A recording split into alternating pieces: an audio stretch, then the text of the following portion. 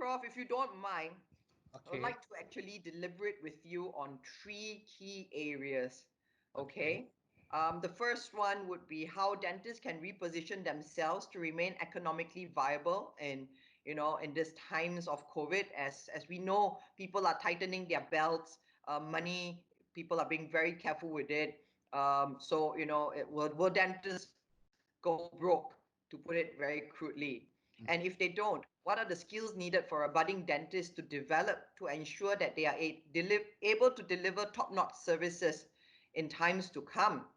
And last but not least, right, now that money is tight, of course, that's always public education to consider. So what are some of the things, if a student is thinking, should I try and save my parents some money by going into public education, or should we still invest in a private education? Okay. Right. So Prof, coming back to the first question, how can dentists position themselves to remain economically viable? Yeah, Barbara, before I can answer that, I think there's a few things that all of us have to understand. Okay. Being a health professional, yeah, either in medical, dental, pharmacy, nursing, we have a standard of behavior that we have to choose to choose and accept for ourselves and for our profession. So it involves an establishing of principle of right behavior that can be translated to life and work. This encompasses the code of ethics. So we, the dental professional, are guided by the core principle of ethics. This is very, very important for the budding and aspiring dental practitioners. We are there as a healthcare provider. So we are guided by this core principle. The core principle actually to be beneficial in whatever we do. That is the obligation to benefit others or to seek their goods. Yeah, non-maleficent. We will not do harm to anybody. Autonomy, the patient have the right to accept, patient have the right to determine what should be done with their own body. Yeah, justice in making the judgment of who shall receive treatment first to complete question of who shall receive treatment. Patient deserve to know whole truth about illness and treatment. So these are the core principles that guiding our profession: beneficent, non-maleficent, autonomy, justice, and veracity. Right. So to Okay. answer your question, Yeah. yeah, to remain economically viable in the private setting or nowadays, there should be a balance between being a professional and being a healthcare provider. That means to earn a living. We have to balance being a professional in providing the healthcare and also um, um, as a form of income for us. So in private setting or in any other setting in our profession, yeah, the most important thing is we must plan the services to ensure not only economically viable but the sustainability of the care of, and also to provide good quality of life for people under your care. Yeah, it includes patient, your family members, and your staff. So it has to balance between to sustain the care and to provide good quality of life to your patient, your staff, and your family members. So talking about a patient, we are quite aware that patients are your best advertisement agent. Once they are happy what you have done, what you have given them, yeah, they will be very happy indeed. And when they are happy, they will talk about your services. They will talk about your treatment. They will talk about your clinic. And automatically, demand for your services will increase. Don't worry about COVID-19 because this is not the first time that we are seeing the pandemic around us. We have seen HIV. We have seen SARS before. So it was just a momentary lapse in the number of patients visiting our clinic. The patient, the services, the health services at present, we are the considers as the essential services. We are the frontliner. We Yeah. provide care to the people. We are still needed there, where other businesses are being closed. Yeah, big supermarket, emporium, everything is being closed.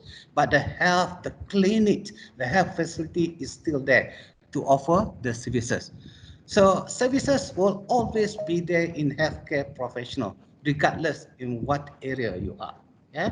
So don't worry so much about this pandemic period.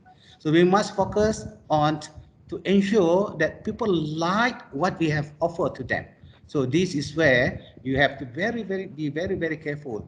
The communication skill, yeah, your hand skill, yeah, and the decorations of the clinic, yeah, the fee and the follow up. These are all the things that will make our patient happy, and the demand for your services will be there. So the second aspect is that to remain economically viable in a private setting, we have to make sure that your practice is unique. Yeah. What do I mean by unique practices? Unique Yes. practices What do is, you mean by unique? yeah, unique is something that is of a niche that is good to you. That's something that you feel that I'm good at endodontics. I'm good at surgery. I'm good at Sorry, I'm periodontic. going to interrupt you. Could we remind all attendees to have your microphone on mute? Thank you. Sorry, Prof. Please continue. Okay. So this is what I mean by niche. The area that you want to focus on, the area that you are good with, yeah, then this is a niche. How to enhance your niche area? Yeah, there might be some limitation in pursuing the postgraduate program. As what we are quite aware, there are limited seats in the country at present to offer all postgraduate program. There are Okay. only at present, if I'm mistaken, four public university and one private university has just started, yeah, with this postgraduate program with so limited seats available. So you should attend, yeah, short courses for credentialing, yeah, to improve your competency, to get a cert, that to tell people I have attended the course and enhanced my skill and knowledge beyond the scope of a general practitioner. So this is what we mean that to improve and offer the niche area or the focus area. For So, Prof. example, Prof. yes, Um, so what you're saying is, while it is good to specialize, but because it is difficult to get into a specialization program, short courses would be acceptable. exactly, Ah, that's exactly. interesting. Yeah, that is exactly. Because in dentistry, what is needed is mostly is the skill. You have to be competent. So whether you have to go through the full spectrum of a specialty program, or you can just attend a short courses, what we call it as a micro credentialing. Yeah. Right. Okay. Yeah, so by having this micro credentialing, in our institution, we have at least three micro credentialing courses that we are offering. We Right. have the implantology, Mm-hmm. we have aesthetic dentistry, and we also have laser dentistry. So these are the courses perhaps that you can attend. At the end of the course, you will be given a certificate and you become alumni to Manipal, and you were considered as a fellow. So we will open a communication channel for you to communicate with our lecturers, with our specialists. So after you have gone through our courses, we will not let you alone. Yeah, we will open a channel for you to come back, and if you have any problem, any doubt to clarify, any assistance, you can get in touch with our specialists, our lecturers, and we will advise you accordingly.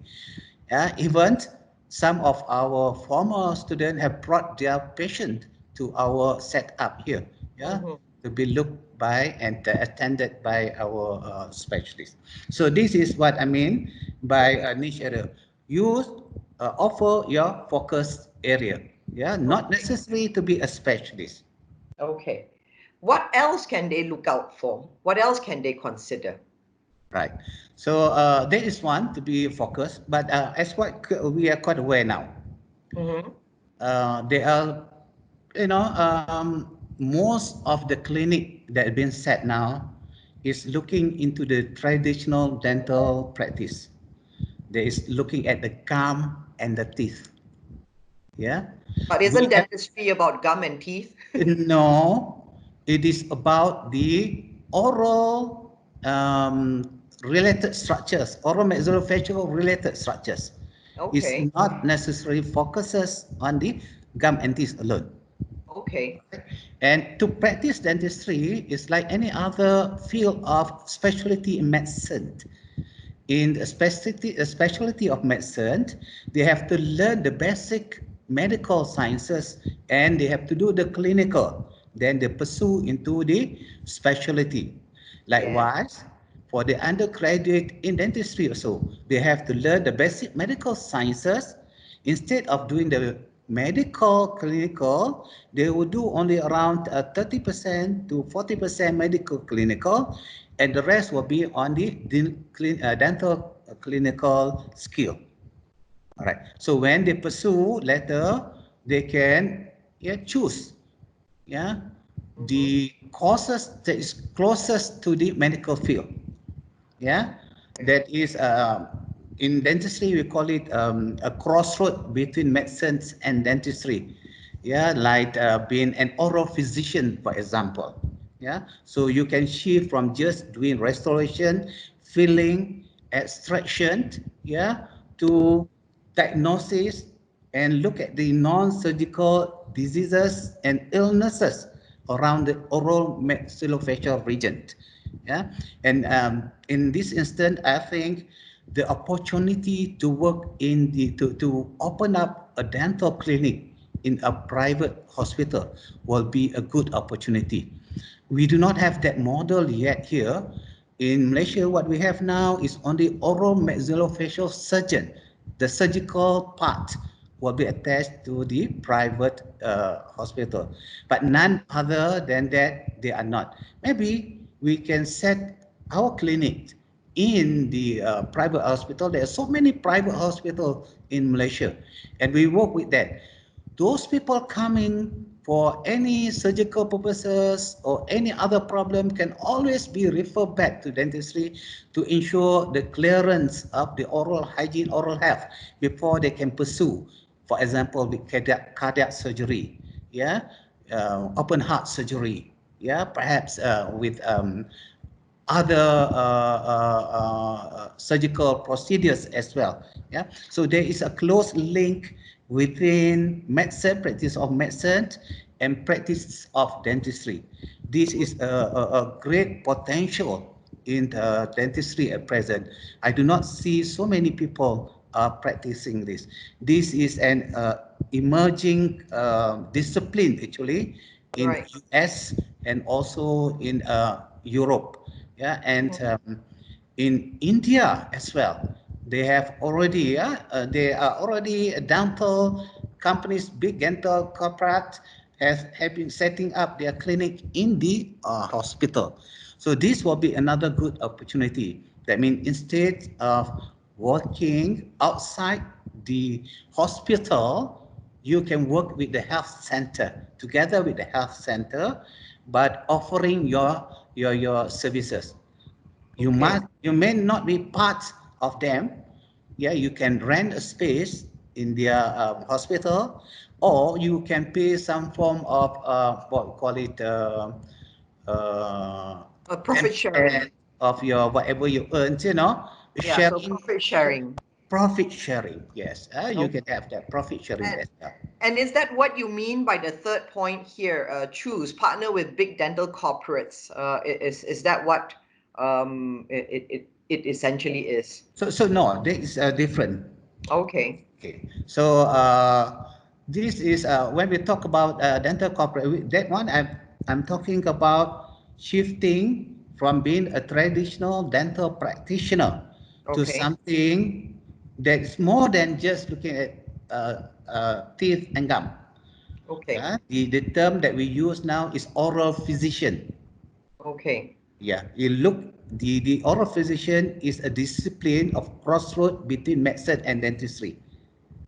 This Okay. is where if you set your clinic and hospital, you practice oral physician as well as restoration of teeth and gum. I think there will be a good and very big potential, yeah, in the Mm-hmm. business. Yeah. Then if you decide not to work in the hospital setup, if you decide to set up your own clinic, yeah, outside the hospital, Right. you might choose. Yeah, number one is to have a group practice. Yeah, group Okay. practice mean you can have two or three of your friends group together, share the financial burden, and you can open a chain of clinic. And each chain Mm-hmm. of clinic will share their own focus. So the Okay. referral of patient from one clinic to another clinic will revolve around your organization. So you Right. will not refer patient outside your group practice. Or in group practice also, you have a large space. You can have multiple chair there with multiple discipline. Yeah, Mm-hmm. like a supermarket, we went to the supermarket, we have a big Yeah. supermarket, yeah, Yeah. and then we have one store selling the sport shoes, one store selling the electrical item, Mm-hmm. and one shop lot was sell a beauty item. Mm-hmm. Likewise, we can have that. We can have a bit one complex dental supermarket, we can call it, yeah, and we can put one clinic as uh, oral maxillofacial surgery, Mm-hmm. just focus on oral maxillofacial surgery. Another shop or another cubicle or another room to focus on aesthetic dentistry, and maybe the other one will focus on restorative. Okay. So this is a big potential in group practice. The group practice is having all specialty in one setup. Mm-hmm. That's one definition. Or you can have a group of practitioners at various sites. Okay. So if one side is not doing well, the Yeah. other side can actually help you. Recover. Yeah. Yes, yes. Okay. All So right. this is what I mean by group practice, right? Okay. So moving on, Yeah, our listeners today are mostly SPM leavers, or they have done their matriculation, and the next step is going and choosing the degree. Um, Again, we want to encourage them to reflect that this is the road they're going down. So to ensure delivery of top-notch services, what are the skills that they need to be gathering or nurturing during their BDS degree program? Could you shed some light on that? yeah. As been shown in the slide, yeah. Mm. Mostly patient attended dental clinic for three reasons. Yeah, one is because they have pain. Mm-hmm. Two is for rehabilitation, and three is aesthetic. So let us look at the pain first. Yeah, the pain aspect. What is all about? Yeah. So if a patient comes with the pain, the most important thing is the ability to diagnose and how to um, cure that pain. Yeah, how to ease the pain. Yeah. So how can we help them not having that pain after they have walked out our clinic? This is very, very important. To do that, the diagnostic skill is very, very important. Yeah. So the diagnostic skill demand again a good theoretical knowledge in dentistry and medicine, yeah, plus using special gadget that will be taught to you in the undergraduate program. So this theory knowledge, the knowledge, yeah, and dentistry knowledge in medicine plus special gadget will enable you to make a good diagnosis. And with a good diagnosis, then you can manage the pain easily. Yeah. To manage the pain, we should also have that skill, communication skill, as I mentioned earlier. Yeah, the communication skill that demand us to be a good listeners. We have to listen to the complaints of our patient. Sometimes the way the patient complain to us about their pain, we have to understand which point to extract and to help us in making the diagnosis. Right? After we have understand what's their problem, then we must make an effort to explain to the patient what's their problem and what are the alternative treatment to be done. Okay, Okay. this will be followed up with the pain management, and we must not forget, yeah, the communication skill. After the management, we have to follow up the patient, ask them how are they feeling after the treatment. Follow up the patient is very, very important, yeah, in medicine and also in dentistry. This is very, very important. Rehabilitation, they come because they are not able to eat, they are not able to speak, they are not able to socialize, they cannot laugh or they cannot smile in front of a crowd. When they smile or laugh, they tend to close their mouth. Why?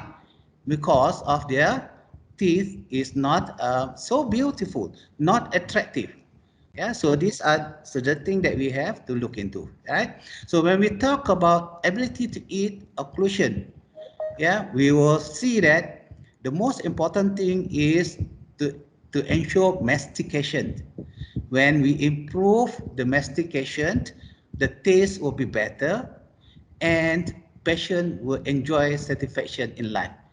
So rehabilitation, for example, and if you put a denture means false teeth. If you put a false teeth inside the mouth, it's just not about putting the false teeth in the mouth. You have to check the occlusion to ensure it is biting correctly, it's occluding at the right position. When it is occluding at the right position, then patient will um, enjoy the mastication and have satisfaction in life. With good denture, with good set of prosthesis, yeah, our patient will enjoy. Yeah, very frequently or not, we will see in the video, somebody after singing, you see their fall tip falling down. Yeah, how embarrassing it will be. All right. So to have that is very important. Make sure that retention of the dentures will be there. Yeah, even though they say polydent will help, polydent is nothing like a good set of dentures, good set of prosthetics inside the mouth to enhance their confidence. Yeah, Right. and we also have aesthetic reconstructive. This will be more of surgical procedures. Yeah, and also orthodontic concerned with oral cancer and as well as smile. Yeah, Okay. Now, and Prof, perhaps yeah. yeah, as I said earlier, even though you've established that this pandemic has not impacted the profession, it still looks very bright and a very extremely viable career path to go into. Let's talk about for parents, investing in their child's education and helping to facilitate their journey to become a dentist. Um, what are some of the considerations, if one is thinking between private or public dental education? Okay. Um, both subscribe to the national guideline. Yeah, in our profession, yeah, in medicine, in pharmacy, in all other health program, yeah, we have to follow the standard, what we call it, standards and criteria of the professional body. So in dentistry, we have the 7 or the 9 standard or criteria that any institution wants to offer a program should they have to fulfill these standard criteria. Yeah, and all Malaysian institutions need to look into it and document their curriculum accordingly. And I can say all the 13th university in Malaysia now has been accredited by the MQA, and they have fulfilled that minimum requirement. Yeah, but if you look at the public and the private institution, I have been in the public university. I have been the dean. I have been the pioneers member. We started a program in one of the institution. Yeah. Yes, USM. Um, yeah. What the thing that we are looking at that time is that the application it come in, hundreds and thousands of application, but the Mm, seat is very limited. mm, Seat is limited to 30, 50, 60. So how can we choose? Yeah, right. within these too many. Whereas in the MQA guideline, for example, the minimum entry requirement for a dental and medical program is with a CGPA of 3.0. So Mm-hmm. it applies to a public university as well. But because the application come to 1,000, they have a choice to choose Mm, who they want to bring in into the program. right. So there will be a stringent process. The Mm, interview will be there. They will check your potential skill, yeah, and they will look at your CGPA. okay. During my time, I put at the cutoff point as minimum of 3.9 to be in our institution in USM Out of four. out of 4. Oh, you were ruthless, Prof. No, because we have to give the chance to the best. Mm, We have true, true. thousands of application, so we have the luxury to choose. Right. Is the situation still the same today? Almost the same. Okay. Almost the same, right? Almost the same. So whereas there in the private setting, yeah, we will look at the the CGPA as Mm-hmm. the criteria, minimum criteria. Yeah. We will have the interview to Mm-hmm. see whether they fit to be a dental student or not. Right. That is the only filtering layer that we look. We do not look into other skill, hand skill, that you have to perform some or skill, hand skill. No, we only have an interview to assess whether you fit to be a dental student. Once you have passed the interview and fulfill the minimum requirement, we will teach you as our student, because grade actually will not determine whether you will be a good dental surgeon or not. It is your interest and your effort during your undergraduate program will make the difference between a A student and a C student, perhaps. Yeah. Okay. Having So said that, Prof, yeah, private institutions do have a limited number as well, right? I mean, for example, at Triple MC, we can only take 75 students. So do yeah. you go on the entire pool, or is it on a first come, first serve basis then for a private institution? For the private institution, yeah, we will do for first come first basis. Yeah. Okay. So once we are full, we are full. Yes. Okay. Yeah, All because we right. want to tell people that if you want to be into your program, you have to need. As I think, we believe that we can train them to be a very good dental practitioner as Mm, long as they have the minimum requirement. They pass the interview and we deem them fit to be a dental practitioner. mm. We will, yeah, and we will put it to your team that the registrar that this student has passed these two criteria, you might think to enroll them. Okay. And then, you build them into great dentists during the undergraduate study by putting in all the things that you mentioned about, right? All the skills that's required. All those are core in a program then. Yeah, Okay. yeah. The other thing is that in because I have seen what is coming next. We have Okay. seen the competition. 10 years ago, there's only around 200 dentists in a year or register. Mm-hmm. But now the cutoff is 800. We have 13 institutions, 800. Yeah, dental practitioner will register. Okay, Looking Prof. at At when that we, point, yeah, looking um, at that when we build up our curriculum, right. instead of looking at just the minimum standards and criteria, yeah, that is one thing by the regulatory body, Mm-hmm. we put it more than that.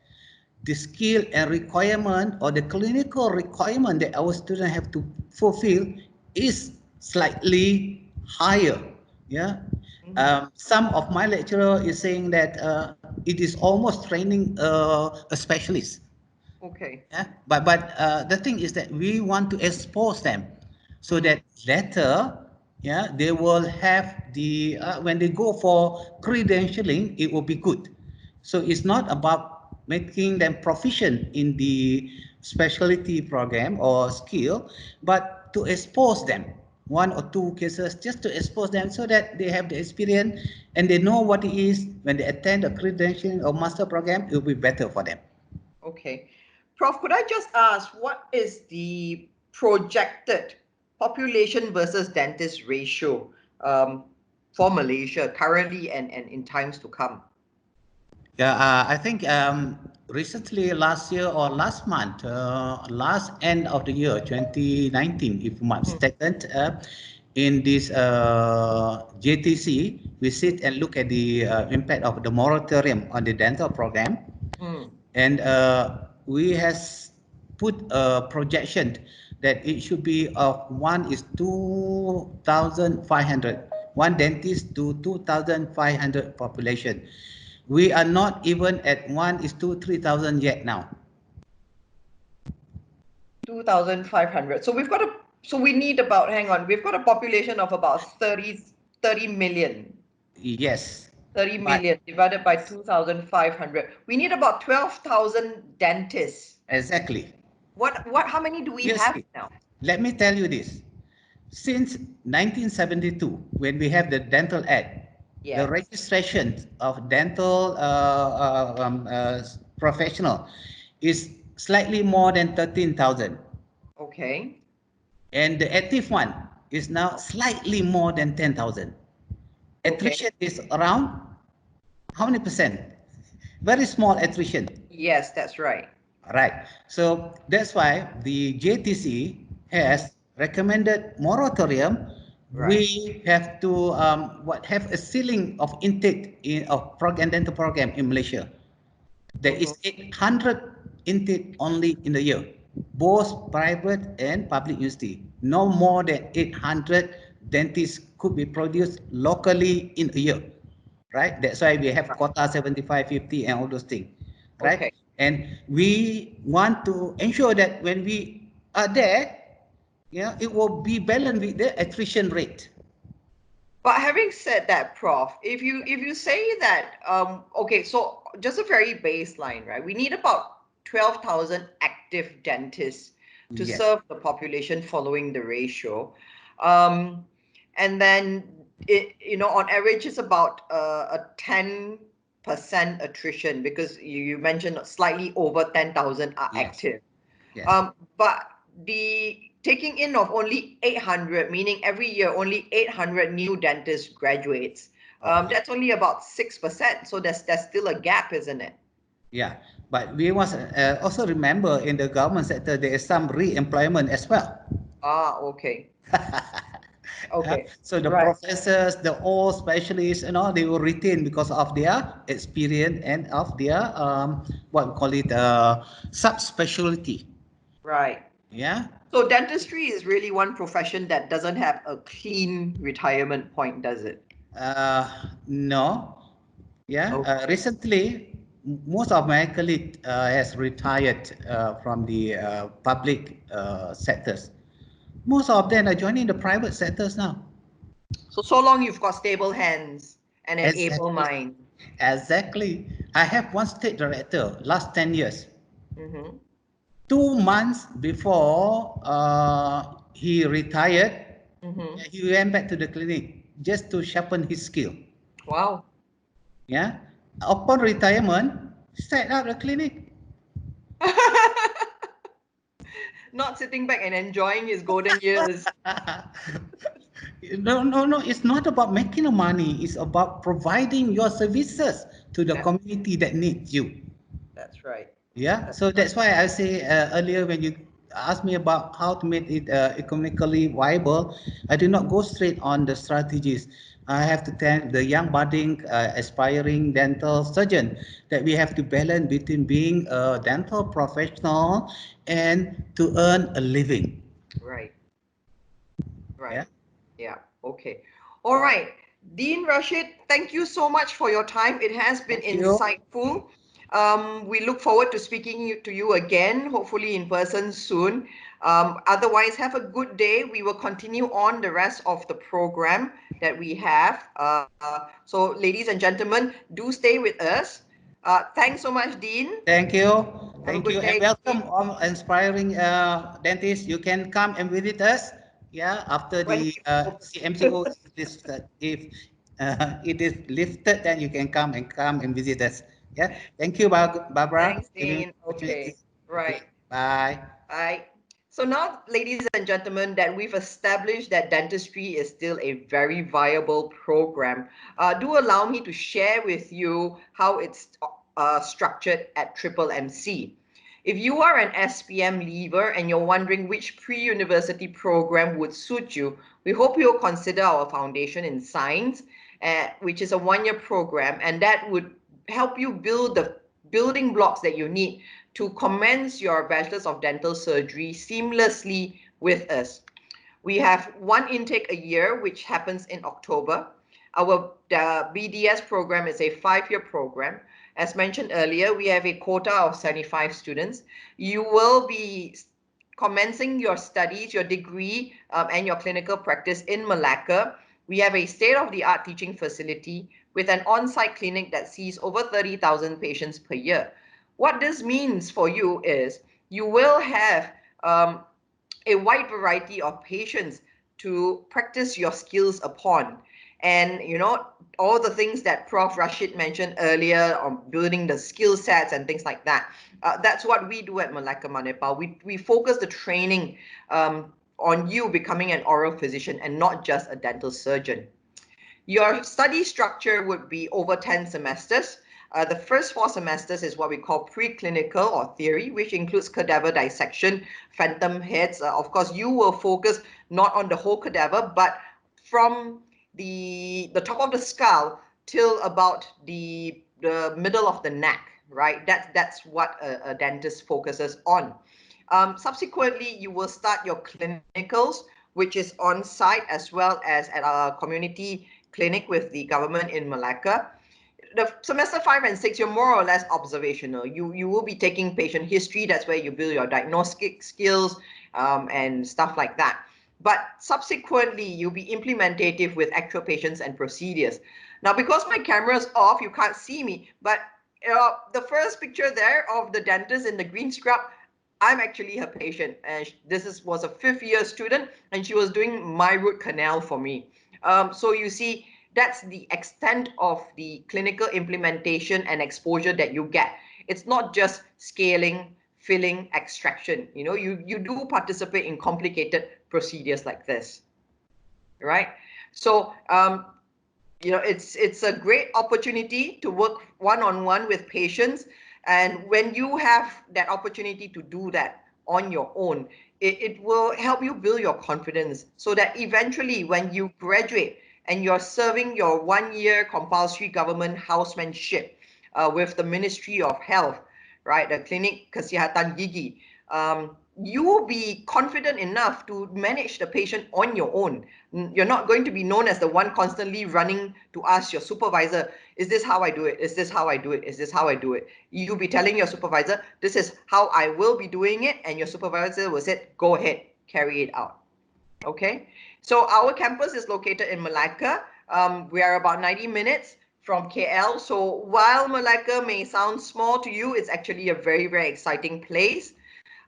We provide hostel on campus for the girls. Boys, sorry, you've got to walk about 500 meters, which is 3 minutes. It's good exercise there. Okay. and we've got a vibrant student life, right? And a lot of people will tell you, are you sure you want to do dentistry? It's very difficult and things like that. Yes, it is. But with consistent work and, motivating yourself, you will find time to participate in the multitude of activities available on campus. Okay, sports facilities available for you. So if you're interested in making an application, these are our entry requirement. Okay, a minimum grade of 3Bs for entry into the MBBS and BDS. For the foundation, we are talking about 5Bs from the pure sciences, and languages, a minimum grades of C. All this information can be made available to you if you reach out to the source that introduced you to this webinar. They'll be more than happy to share further information with you. Okay, our application process is all online. It's very simple. You submit a request to apply, provide us your results. We'll have a look at it. And then we'll say, yes, you qualify. Please proceed with a full application. There is an admissions interview for the degree, and then you know the outcome of the application. This entire process takes between 4 to 6 weeks, yeah? Do we offer scholarships? Yes, we offer scholarships. Times are bad. It's tough being a parent today. So as a college who's been around since 1997, we try our best to offer you whatever help that we can, okay? So in terms of BDS, the scholarships available would be the Manipal Scholar, which is a 50% scholarship, Merit Scholar, Academic Scholar, a 50,000 tuition fee scholarship, and Merit Scholar, a 10,000 tuition fee scholarship. Now, our scholarships for BDS it's almost like a competition. You have to write an essay, you have to attend an interview. You need a minimum grade of CGPA to qualify, and you'll be competing with everyone who is a A-star student, okay? Now, to shed some light, I'm going to invite Miss Vidya Lakshmi. Hi, Vidya. Miss. Hi, Vidya. Now, ladies and gentlemen, this lovely young lady that you see on screen here, she is our first Manipal BDS scholar. She joined our BDS program in September of last year. She's talking to us today from our Manipal campus in India. How are you doing, Vidya? I'm good, Miss. How are you? I'm good. I'm good. So you finished your online class for today? Yeah, I just did. Okay. Vidya, why did you choose Triple MC to do your BDS? I actually choose to do my BDS course at Triple MC is because I know that Triple MC is far ahead as a top medical school compared to so many other medical schools in Malaysia. And I also like that MMMC offers like student dental chair of 1 by 1. This allows me to improve a lot of my dental skills while under the care of my lecturers and professors. Okay, and you didn't join our foundation program. You're not a foundation progression student. You did another pre-university before joining us, correct? Yep. Okay, and were we your first choice, or were you hoping for a public university? I was actually hoping for a public university because I couldn't actually afford for the private universities. Okay, and you came to us and you applied for the BDS scholarship. Was it a difficult process? Was the interview difficult? Were they mean to you? It wasn't anything like that actually. I wouldn't say it was a difficult process because I really needed and wanted the scholarship. Yeah. So I gave my 100% in each of it. Like there was assignments prior to the interviews, like essay writing and so on. And then there was interviews and others. So I managed to get through all of it. And I also made sure that I acquired the eligibility to apply for the scholarship. Okay. Now, what qualities do you think Triple MC is looking for in their BDS scholar? I mean, what do you think was special that you presented during your interviews that help you bag the 50% scholarship? To me, I feel like for MMMC to be an MMMC scholar is to be someone who is like up for learning, up like someone who is ready to stepping out of their comfort zone. And most importantly is like make sure like the person who wants to apply for a scholarship has like the correct criteria like academic awards. Make sure he has like participated in a lot of extracurricular activities, involvement in like community services and so on. This will Okay. be, yeah. If I remember correctly, you mentioned in your application you played badminton, correct? Yeah, I did. Are you still playing badminton? Yeah, I do. Excellent, excellent. Thank you so much for joining us, Vidya. We hope you stay safe. Mhm. And time will fly. I look forward to having you start your clinicals with us in 2 years' time. I'm sure by then my aging teeth will have issues, and I will definitely be one of your patients then. Thank you, Okay. Vidya. All right. Thank you for having me. Okay. So, ladies and gentlemen, as mentioned, those are some of the qualities that if you're looking to be a Manipal scholar, whether it's our college scholar, our academic scholar, or our merit scholar, Vidya's given you great tips there. Manipal looks for more than just A's, check your academic boxes, check your co-curricular boxes, and things like that. Okay, so we're coming fast to 5 p.m. We're going to check if there are any questions. Tanya, who is our host, Tanya, do we have any questions there from the crowd? Um, Not from the crowd so far. There's nothing in the chat box. There's But nothing. everyone is welcome to put in their questions in the chat box.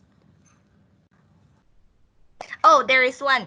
It's a question from Nicole. Is Triple MC not granted university status yet? Okay. And then there's another one also on the Yes, there's university another college one. status. So apparently it's not a very well kept secret that Malacca Manipal as a medical college is going for a university college upgrade. The short answer is no, we've not. Our application for university college is a victim of COVID. Unfortunately, it will not be one of the statistics that you hear during the daily briefing from the Ministry of Health. We have done all our paperwork. We are waiting for the CMCO to lift and the various authorities to go back to work. And hopefully, in a very short time, you will be reading about Manipal University College Malaysia in all our social media platforms, our website, as well as in the news. It is on track. It's slightly derailed by COVID-19, but we are confident that it will happen this year. Now, there is a second question. If we get the university college, will we still have the twinning program for BDS? The short answer is if we have the university college, and also bearing in mind, we are in a challenging time of travel restriction. The program will be conducted fully in Malaysia. Okay. Is there any other questions? Feel free to ask your question, boys and girls.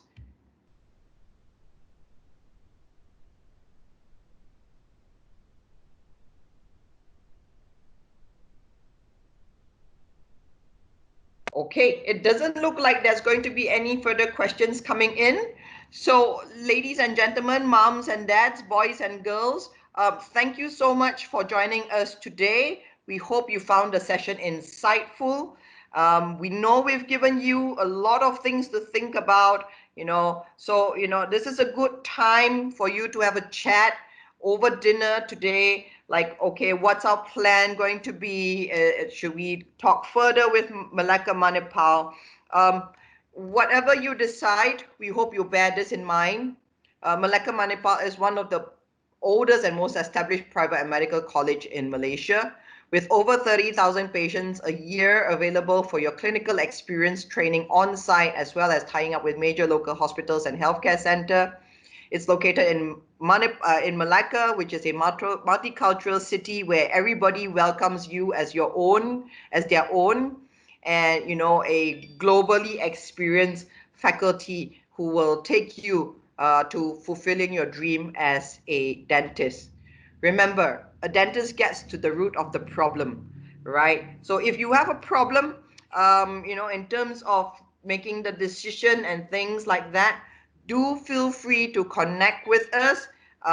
Follow us on Facebook, Triple MC Malaysia, or get in touch with your counselors who directed you to us. Now, just before we sign off, 2 last-minute questions have come in. During our clinical years, will there be a competition to treat patients among BDS as in other universities? No, you don't. There are 30,000 patients. Now, we run a full-fledged clinic out in Malacca, and we get that many patients because we charge the clinic kesihatan rates, very, very affordable. Now, every patient that comes in is made known that we are a teaching facility and that it will be worked upon by students. So, just to give you an example, Nicole, when I had my root canal to do, 12 students 12 students were given the choice of having me as a patient.